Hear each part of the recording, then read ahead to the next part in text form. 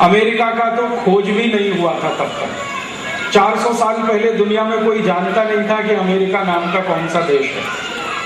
तो ऐसा देश भारत, दुनिया में सबसे ज्यादा निर्यात करने वाला, सबसे ज्यादा आमदनी करने वाला देश भारत, इसमें अंग्रेज जब आए और ईस्ट इंडिया कंपनी आई तो ऐसा लूटा उन्होंने कि दुनिया का सबसे श्रीमंत देश आज दुनिया के सबसे गरीब देशों में शामिल हो गया। एक जमाने में भारत सबसे ज्यादा संपत्ति वाला देश था, आज भारत दुनिया के 200 देशों में गरीबी के हिसाब से 174वें नंबर पर है। इतनी गरीबी इस देश में आई। पहले ये देश सोने की चिड़िया था, अब ये मिट्टी की चिड़िया भी नहीं रह गया। हमारे देश की गरीबी के बारे में आपको छोटी सी जानकारी दूं। 112 कोटि की हमारी लोक संख्या है, जिसमें 84 कोटि नागरिक भयंकर गरीब हैं। हमारी सरकार कहती है कि 84 कोटि भारतवासियों को एक दिवस में 20 रुपए की आमदनी नहीं होती। इतनी गरीबी इस देश में। उन 84 कोटि भारतवासियों में 50 कोटि भारतवासियों में इतनी गरीबी है कि उनको एक दिवस में 5 रुपए की आमदनी नहीं होती। और 25 कोटि भारतवासियों की गरीबी ऐसी है जिनको एक दिवस में 2 रुपए की आमदनी नहीं होती। और ये गरीबी इस देश की जो इतनी तकलीफ की स्थिति में है, इसी का आज दुष्परिणाम है कि हजारों हजारों शेतकरी हर साल आत्महत्या करते हैं इस देश में। महाराष्ट्र भारत का वो राज्य है जहां सबसे जास्ती शेतकरी आत्महत्या करते हैं। एक वर्ष में महाराष्ट्र में 5600 शेतकरी आत्महत्या करते हैं।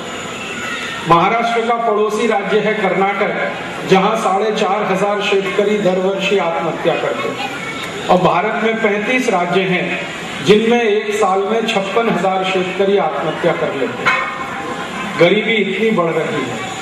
बेकारी भी इस देश में, आजादी जब आई थी 15 अगस्त 1947 को, तो 4 कोटि भारतवासी बेरोजगार थे। अब आजादी के 60 साल के बाद 12 से 13 कोटि भारतवासी संपूर्ण बेरोजगार हैं और 8 कोटि भारतवासी साल में 8 महीने बेरोजगार रहते हैं। माने उनको साल में 4 महीने काम मिलता है, 8 महीने उनको कोई रोजगारी उपलब्ध नहीं हो पाती। अगर सरल भाषा में ये कहा जाए तो 20 कोटि भारतवासियों को काम की जरूरत है, दरकार है, लेकिन उनके पास रोजगारी नहीं है। गरीबी है, बेकारी है, भूखमरी है। इसी महाराष्ट्र राज्य में विदर्भ क्षेत्र में अमरावती नाम का एक जिला है, उसके आसपास का एरिया मेलघाट कहलाता है। इस मेलघाट क्षेत्र में दर वर्षी 50% जन्म लेते ही मर जाते हैं।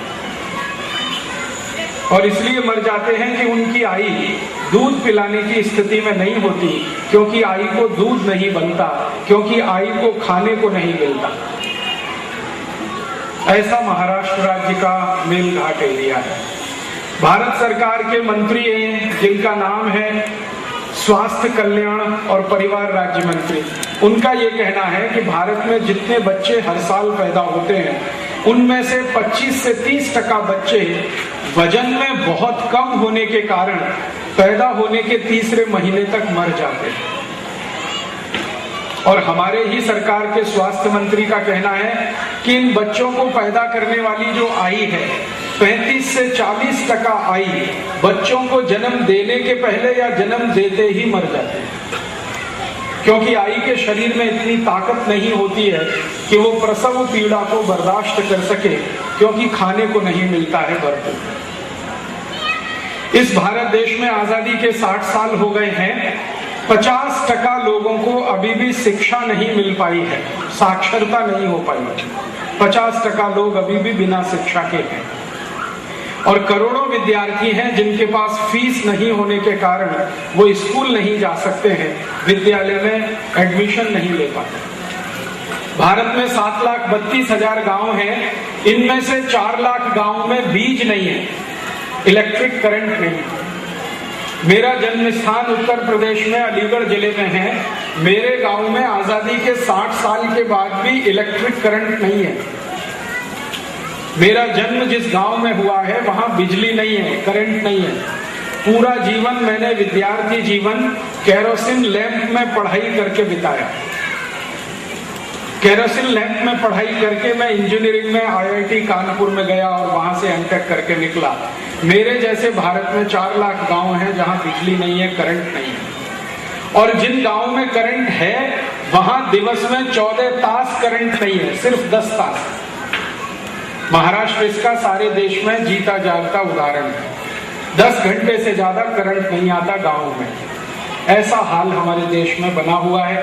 3.5 लाख से ज्यादा गांव हैं जहां चलने को अभी तक सड़क नहीं बन पाई है। उन गांव में अगर कोई बीमार पड़ जाए तो सिर्फ मरने का ही इंतजार कर सकता है, क्योंकि सड़क नहीं होने के कारण गांव के मरीज को शहर लाना बहुत असंभव होता है। ऐसा भारत है। आजादी के 60 साल बीत गए हैं। इस 60 साल में हिंदुस्तान की सरकार ने 11 पंचवार्षिक योजनाएं बनाई हैं।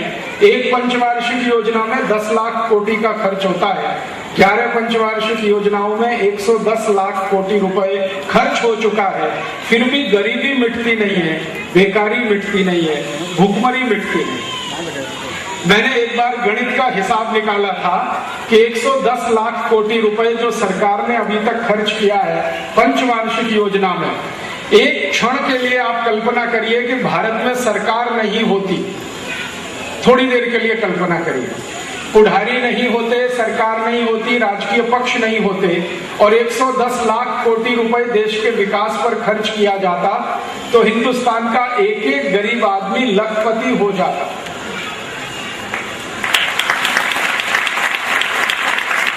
लेकिन चूंकि हमारे देश में हरामखोर राजकीय पुढ़ारी हैं,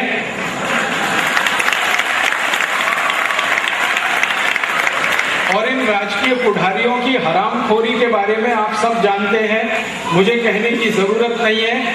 तो अब तक 110 लाख कोटि रुपए जो खर्च हुआ